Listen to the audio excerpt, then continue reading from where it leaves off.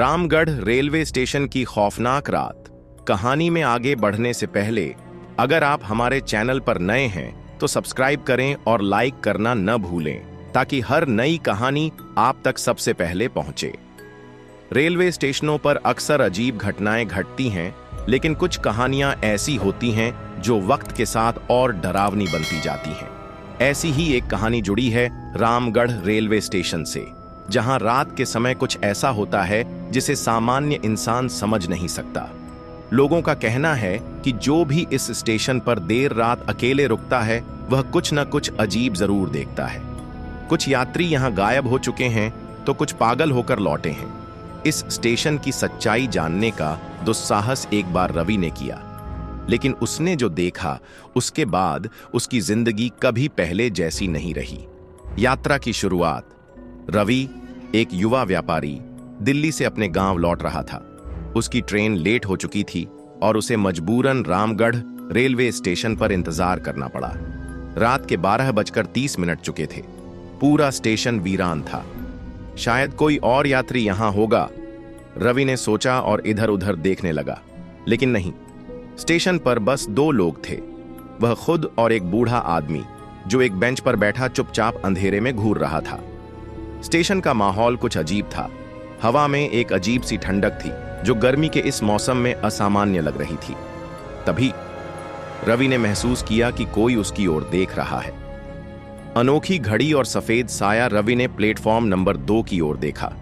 वहां एक महिला खड़ी थी, सफेद साड़ी में लिपटी हुई, बिल्कुल स्थिर। उसका चेहरा झुका हुआ था जिससे उसकी शक्ल दिखाई नहीं दे रही थी। रवि को कुछ अजीब लगा।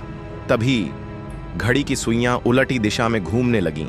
रवि को अपनी आंखों पर भरोसा नहीं हुआ। घड़ी जो अभी 1:05 दिखा रही थी अब 12:55 पर लौट गई। अब उसकी सांसें तेज हो गईं। वह पीछे मुड़ा, लेकिन अब बूढ़ा आदमी गायब हो चुका था। भूतिया चेहरा। रवि अब पूरी तरह डर चुका था। उसे कदमों की आवाज सुनाई दी। कोई उसके पीछे से आ रहा था। टिक टिक टिक टिक। जैसे जैसे आवाज पास आती गई, रवि के दिल की धड़कन बढ़ती गई। उसने धीरे धीरे गर्दन घुमाई और तब उसकी आंखें डर से फटी रह गईं। सामने वही औरत खड़ी थी, लेकिन अब उसका चेहरा दिख रहा था, या यूं कहें उसका चेहरा दिख ही नहीं रहा था। वहां बस एक काली गहरी खाई थी। कोई आंखें नहीं, कोई नाक नहीं, कोई मुंह नहीं। और अचानक वह हवा में ऊपर उठने लगी। रवि की चीख निकल गई, लेकिन उसकी आवाज बाहर नहीं आ पाई। भूतों का कब्जा। रवि ने भागने की कोशिश की, लेकिन उसके पैर जमीन में धंसने लगे। अब उसकी आंखों के सामने अजीब अजीब चीजें दिखने लगीं। एक आदमी का सिर जो पटरियों के किनारे पड़ा था और उसकी आंखें अभी भी झपक रही थीं। एक लड़की जो आधी कटी हुई थी और जमीन पर रेंग रही थी। एक ट्रेन जो बिना किसी ड्राइवर के पटरियों पर चल रही थी, लेकिन उसमें बैठे यात्री कंकाल थे। अब रवि समझ चुका था, वह एक भूतिया स्टेशन पर फंस चुका है। बूढ़े आदमी की वापसी। तभी पीछे से एक जोरदार आवाज आई, भागो यहां से, नहीं तो तुम भी मर जाओगे। रवि ने पीछे मुड़कर देखा। वही बूढ़ा आदमी फिर से प्रकट हो चुका था, लेकिन अब वह सामान्य नहीं लग रहा था।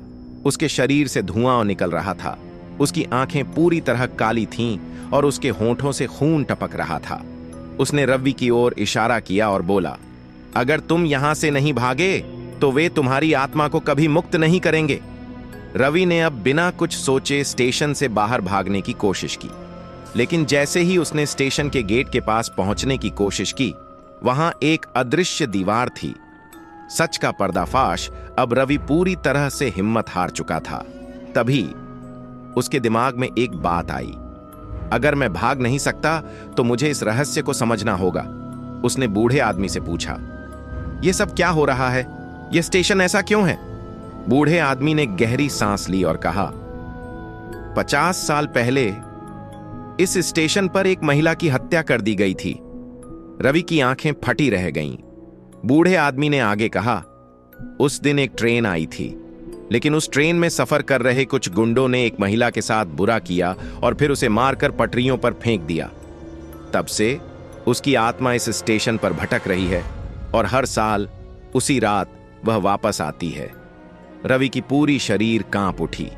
तभी स्टेशन पर तेज हवा चलने लगी।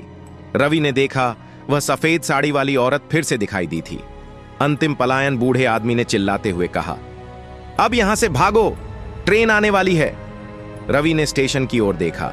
वह ट्रेन की रोशनी देख सकता था, लेकिन ट्रेन में बैठने के लिए उसे उस भूतिया औरत के पास से गुजरना था। अगर मैं रुका तो मर जाऊंगा, रवि ने खुद से कहा, और फिर वह पूरी ताकत लगाकर दौड़ पड़ा। सफेद साड़ी वाली औरत ने अपना हाथ बढ़ाया, लेकिन जैसे ही ट्रेन प्लेटफॉर्म पर पहुंची, रवि ने छलांग लगाकर उसमें चढ़ने की कोशिश की। बचाव या फंसाव। ट्रेन में चढ़ने के बाद रवि ने गहरी सांस ली, लेकिन उसकी नजर खिड़की के बाहर पड़ी। वह बूढ़ा आदमी मुस्कुरा रहा था, लेकिन अब वह इंसान नहीं लग रहा था। रवि को एहसास हुआ, मैं तो अभी भी इस भूतिया दुनिया में हूं। और तभी ट्रेन की बत्तियां बुझ गईं। चारों तरफ अंधेरा छा गया और एक भयानक चीख गूंजी, क्या आप कभी इस स्टेशन पर जाने की हिम्मत करेंगे? जय हिंद।